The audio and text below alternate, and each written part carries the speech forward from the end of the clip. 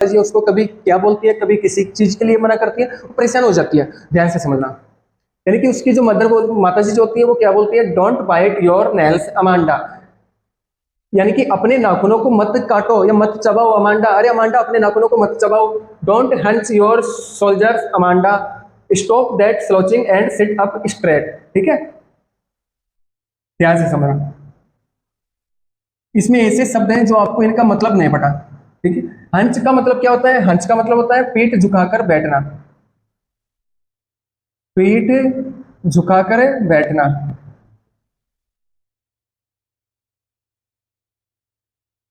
ये नजर आ रहा है ध्यान से।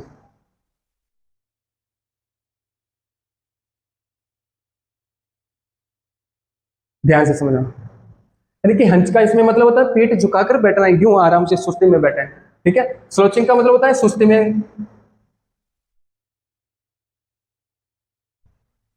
स्लोचिंग का मतलब होता है सुस्ती में बैठना, यानी कि आराम से बैठा है, ढीला डाला। ठीक है, सुस्ती में बैठना। ध्यान से समझना।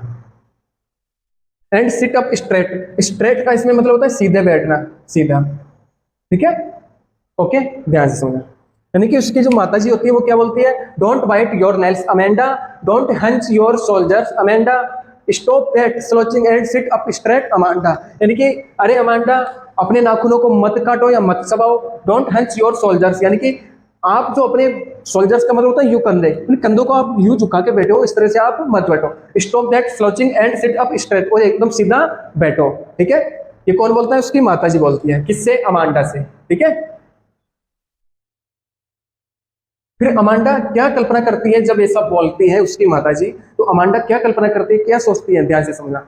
अमांडा सोचती है, there is a language emerald sea where the sole inhabitant is mermaid drafting blissfully. ठीक है, यानी कि there is a language,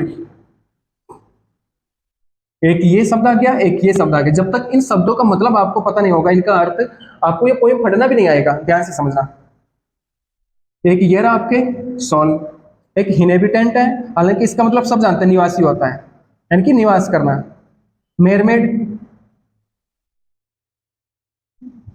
drafting, draft करना, तैरना या धीरे धीरे चलना। ठीक है, एक होता है ब्लिसफुल, यानी कि सुखपूर्वक। ध्यान से समझना।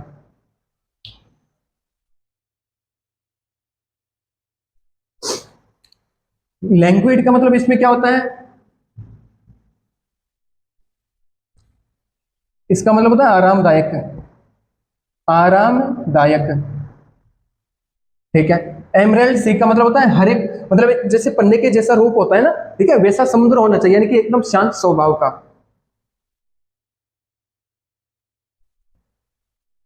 एमराल्ड सी, यानी कि पन्ने के जैसा।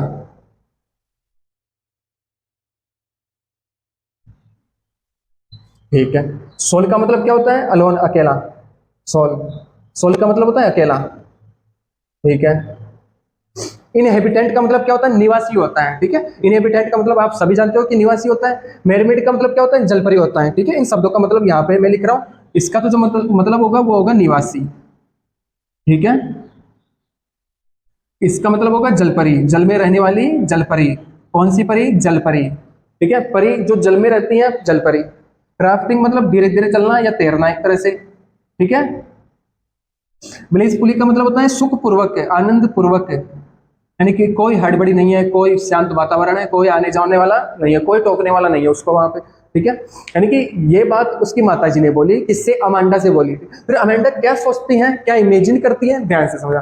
अमांडा सोचती है, there is a language emerald sea, यानी कि एक ऐसा शांत वातावरण, समुद्र होता, आरामदायक, वेयर जहां द सोल इनहेबिटेंट इज मेरमेड, जहां की मैं जलपरी होती और मैं वहां की निवासी होती, यानी कि मैं खुद अकेली, सोल मतलब अकेली उसमें रहती और कोई नहीं रहता मेरे साथ। ठीक है, ड्राफ्टिंग ब्लिसफुली, और सुखपूर्वक उसमें तैरती रहती और खेलती रहती। ठीक है, यानी कि अमांडा क्या हो जाती है, अमांडा जो होती है परेशान हो जाती है उसकी माताजी के बोलने पे, वो क्या हो जाती है, परेशान हो जाती है। तो वो समझती है कि मैं जहां पर भी रहूं हमेशा सुखपूर्वक करूं, कोई मुझे टोकने वाला नहीं होना चाहिए, कोई